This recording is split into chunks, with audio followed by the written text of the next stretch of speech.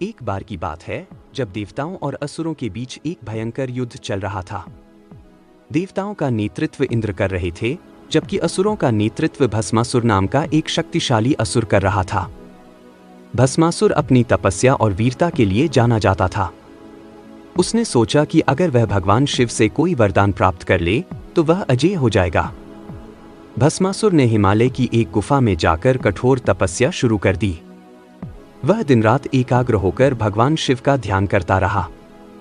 उसकी तपस्या से प्रसन्न होकर भगवान शिव उसके सामने प्रकट हुए और पूछा, भस्मासुर, तुमने मुझे कितना प्रसन्न किया है। तुम जो चाहो वरदान मांग लो।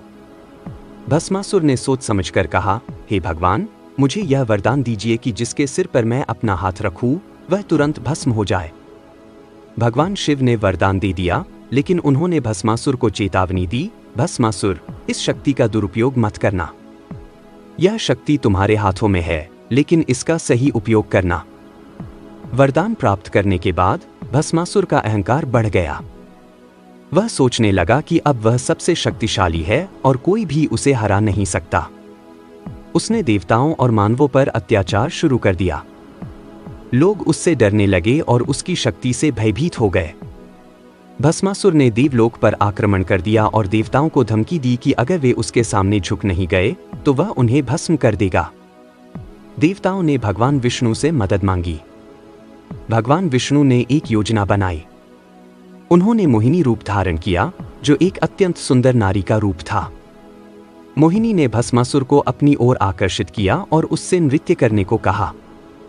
भस्मासुर मोहिनी के सौंदर्य से इतना मोहित हो गया कि उसने मोहिनी के सिर पर अपना हाथ रखने की कोशिश की।